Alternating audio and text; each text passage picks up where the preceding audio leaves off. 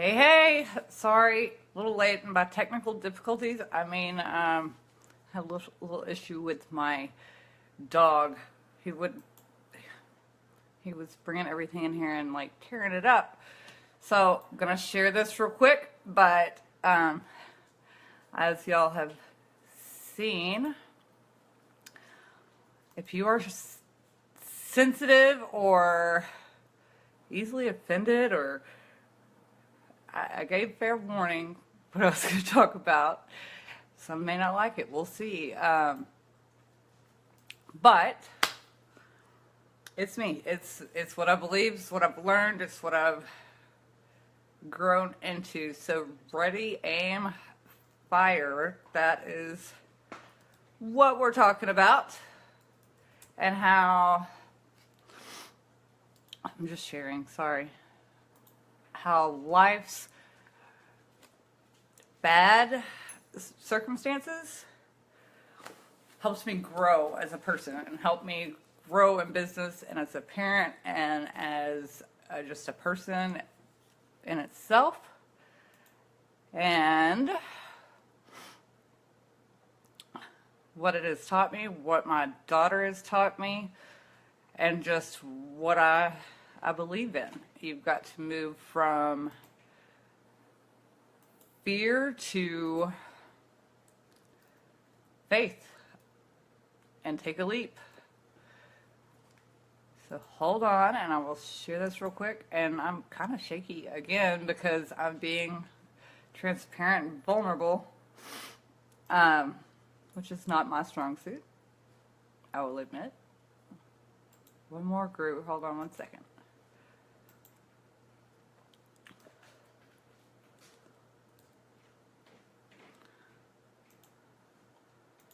Okay, so we'll get into it. What do I mean? Ready, aim, fire, no excuses, just execute. Okay. So life's circumstances have just really knocked me down. If anybody's heard my story, you've heard the story from being young and married and thinking everything was great and planning to have a baby and having one, and then things fell apart and I got divorced at a young age and I was a single mom and found myself raising my oldest daughter completely by myself,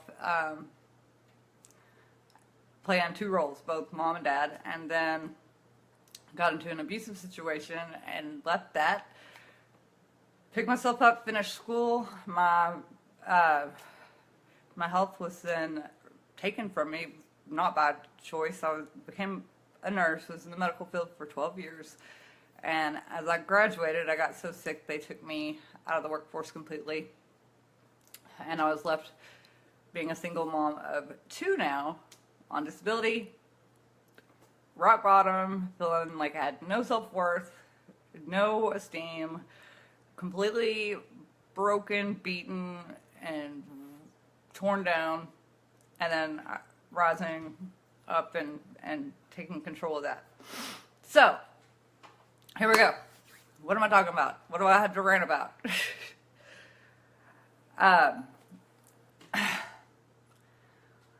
So, last night I don't even know where I want to start. I should have taken notes. Last night I was talking to my daughter, and she had sent me a text late last night. We had hung out earlier and watched some of the CMAs and kind of just hung out and goofed off, and I was making her laugh and making fun of her, and I kind of posted some of that stuff, and we were joking around. She got home, I was doing some work, she sent me a text, or I sent her a message on Facebook with a video of something I wanted for Mother's Day.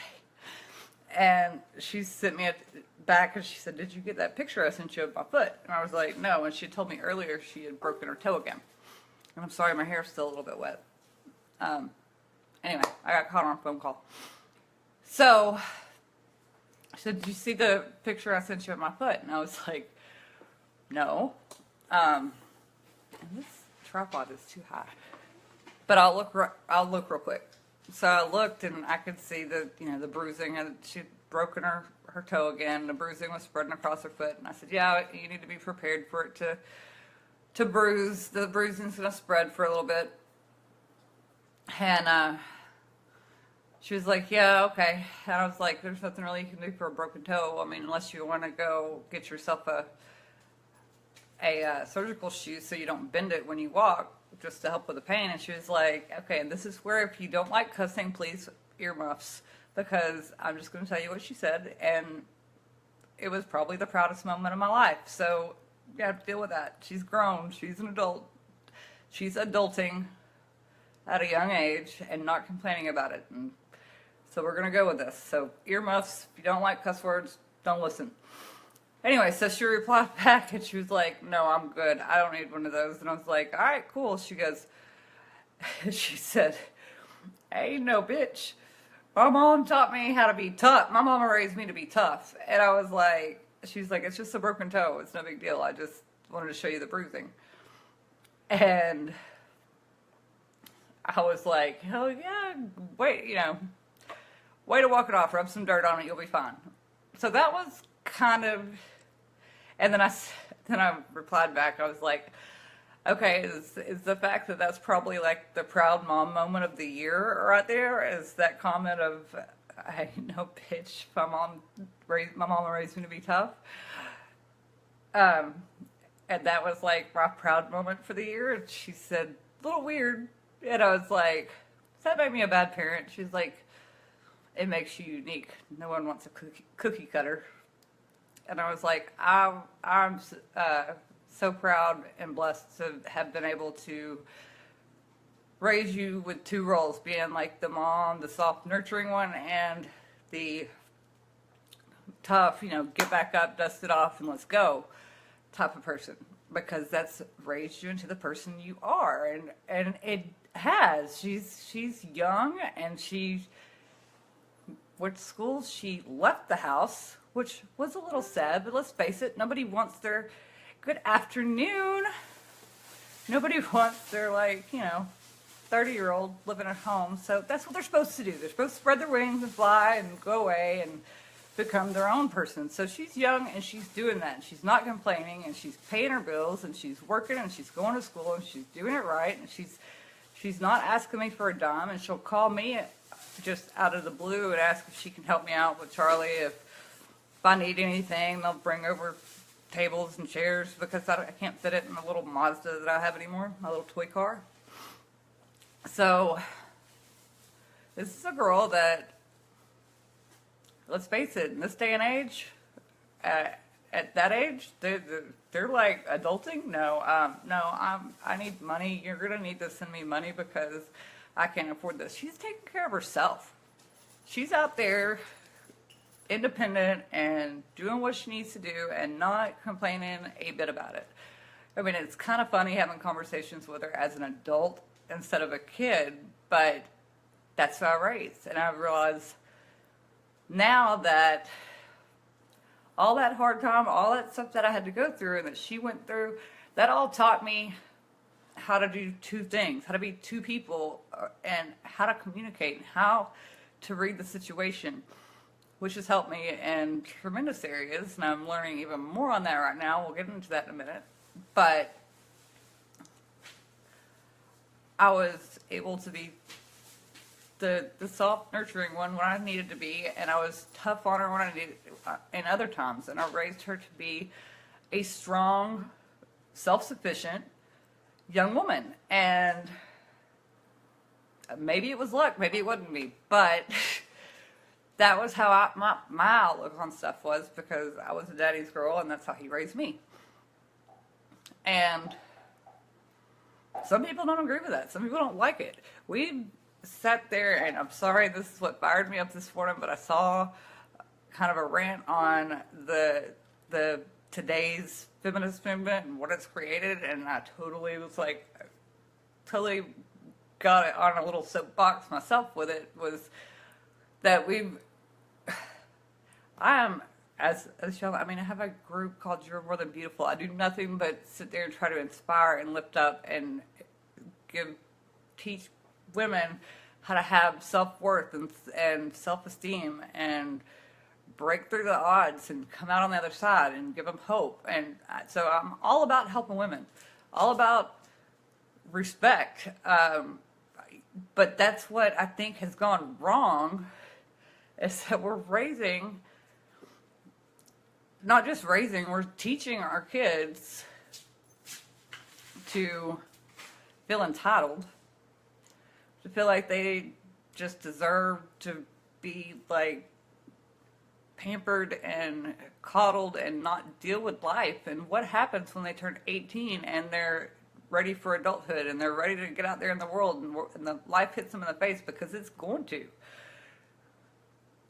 That's not going on. We've also created a place where, I mean, there's no, hello, I just entered back into the dating world after years of being, of not dating and choosing not to date. And I'm sorry, but it's just evident that there's no respect, and the reason there's not is because people get mad when guys try to open the door for you. So we've gone from I was raised to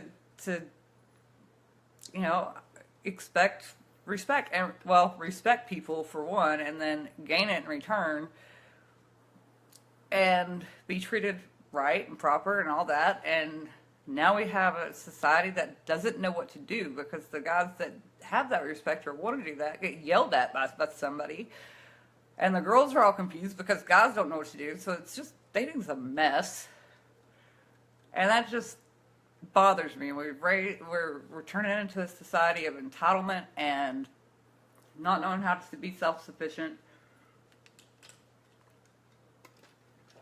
and independent, and we think that demanding that somebody give us a handout or loan me money because they should. Nobody owes you a damn thing. They don't. So get out there and do it. There's no excuses. Execute. And on to my next point.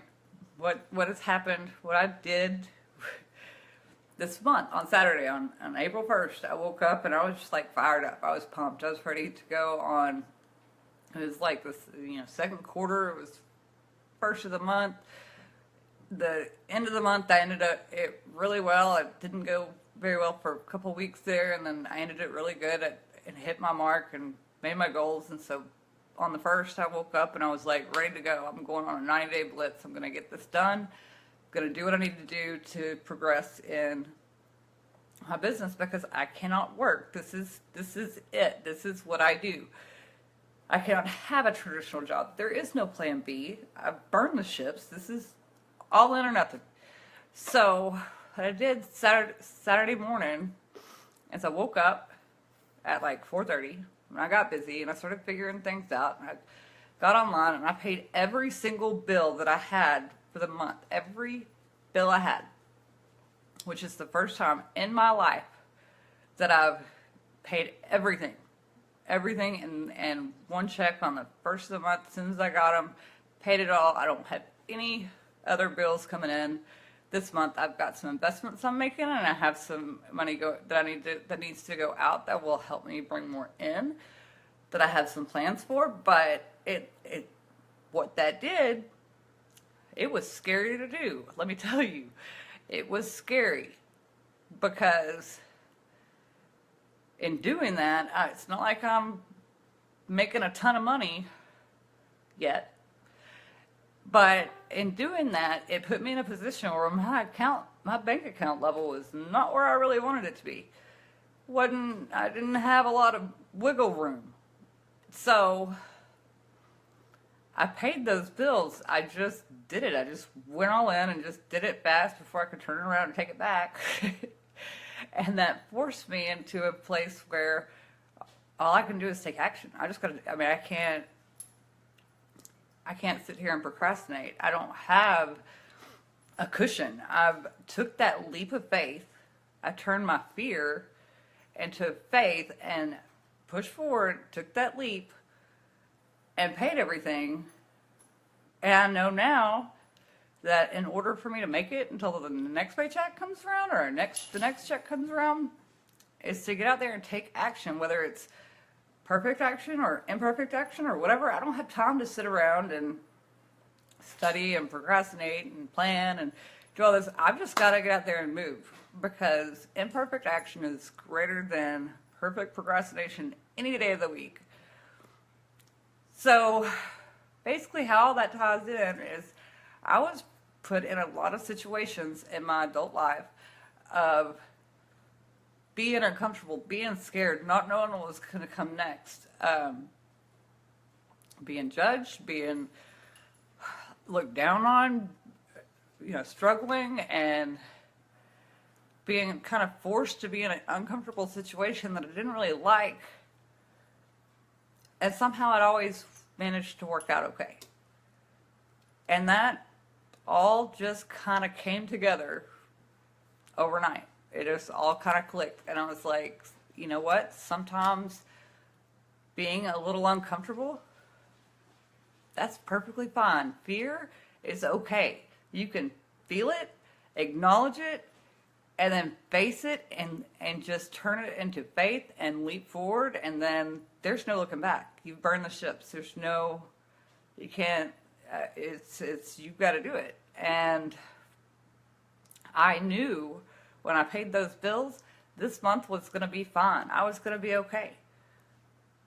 I didn't doubt it. I believed in myself. And that was the first time in my entire life that has ever happened that I was able to do that. And then last night, having that conversation with Taylor, and really it clicking how she's turned out and how our relationship is, and thinking, wow, she is not your average, storage almost full? Okay. So she's not your average kid these days. And neither is Clayton. They are both very independent, don't ask for anything, don't ask for a dime. They work hard, they go to school, they get their stuff done, and that's very atypical in today's society. And here I am taking these leaps of faith now, just going all in, just taking off and just trusting and believing in me and going all in. And that feels good. That feels really good. And I kind of credit that to all of these life circumstances that hit me in the face, that knocked me down, that beat me up, that took my knees out, and just swept the leg and throat punch and whatever. All those things that hit me made me grow as a person. It made me grow as a parent, and it made me grow in my own business, and made me be able to get up off that couch when I was sick and go out there and do something and turn it around and make a choice to have a different ending. And that is something that I can be proud of. And I'm sorry that I don't like the way that some people are turning things around or going kind of backwards in society. What happened to respect and being classy and,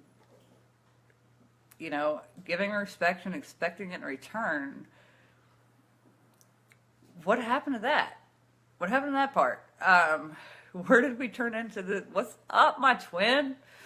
What happened to that? Where did we turn into this society of entitlement and handouts and that being okay? And people telling me that I need to just cut it off when I hit a certain level, so I don't have to get off, they don't kick me off disability. Why on earth would I want to be on disability at 30-something years old?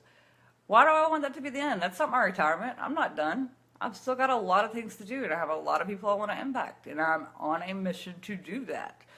So, where I'm not where I want to be just yet, I know that I'm going to get there, and I just kind of put myself in a position on Saturday morning to catapult me and make me take the actions I need to take in order to step it up a notch. And I kid you not, I paid my bills at 6 o'clock in the morning, and by 7, I had 3 sales on the first of the month, and I had to be able to order stuff wasn't even up yet. They were like redoing the system for the end of the month to the first of the month, so I couldn't even get in there. I didn't even know our sales, but I had already made 3 sales by 7 a.m. on Saturday morning, and I truly, truly believe it's because I put that faith in myself. I turned this fear into faith and put myself in an uncomfortable situation and trusted in it and just went for it. And that's what I mean by execute. No excuses. No more excuses. Just execute. I mean that in life, relationships, friendships, parenting, and if you're a business owner, do those things. Make yourself a little uncomfortable. Being uncomfortable is good. Nobody got anywhere in their comfort zone. So branch out. And if you don't like my style of parenting, sorry, that's just me. And kind of proud of the kid I raised. So I'm okay with it. I know a lot of people don't agree with some of the stuff I agree with it, and that's perfectly fine. I've also learned here recently, been doing a little course that's fixing to launch, and there's going to be a webinar tonight, which I will drop the link in the comments. Or, no, I'll drop it on the top since I shared it. I don't know if I'll put it in the top. I don't know if it'll show up in all the comments where I shared it. So there's a webinar tonight. It's a free webinar. And it's a little training on communication, knowing who your audience is. If you're in network marketing, you own your own business, you have any kind, you have to market yourself in some sort of way because you're independent, then you need to jump on there. I highly recommend it because it is teaching and training on communication skills, which basically that is all we're doing in sales. It's a transfer of emotion, it's communication, it's knowing people and what you can bring to them, not what's in it for you. When you take the focus off what you want and what you want the outcome to be, things will fall into place. You got to put the focus in on somebody else, on what you want to do, who you want to impact, what your voice is, what you're good at, and how to communicate, how to read people and speak less and listen more to what they want, not what you want. It's not about what you want. You got to listen to what your audience wants, what your market wants. They will tell you if you listen and you ask the right questions and you know who you're talking to. For instance, I've got a very long background in medical stuff, which I've kind of rebranded, and I've got a long history in medical, and I've got a really long history in being beat down and broken and trying to raise back up to the top. So those are the two things that I've figured out I need to speak on, because that's what I'm passionate about. That's what I like. That's what I know. So I'll read people. When I'm talking to, this just happened not too long ago. Went to the doctor's office. Charlie had strep, and me and the doctor got into a conversation, and she asked what I was doing now, so I told her, and the whole conversation was wrapped around medical. I used medical language. I spoke on her level. I talked to her in a way that I would not go talk to somebody in the street, because it would just go right over their head. They wouldn't know what I was saying. But I was on her level and spoke to her in a medical sense of it. If I'm talking to a girl that I meet that is in a different place, I'm going to speak about something else. I'm going to ask different questions. I'm going to use different terms. I'm not going to, or if I've met somebody that's in network marketing, I might use some terms that aren't the general public, but I'm not going to go meet somebody that has never done this before and start throwing out stuff like multiple streams of income or ClickFunnels or email marketing, because they don't know what it is. So if you've got new people on your team, or you've got new people you want to talk to, or whatever, speak on their level. Talk to them in the basics. If you've got somebody experienced, then yes, speak on that. If there's an avenue that you're really good at and you know, talk to those people on that level. Know your audience. Know what you're trying to do. Talk less, listen more. You have 2 ears, 1 mouth. And for a reason. Ask better questions.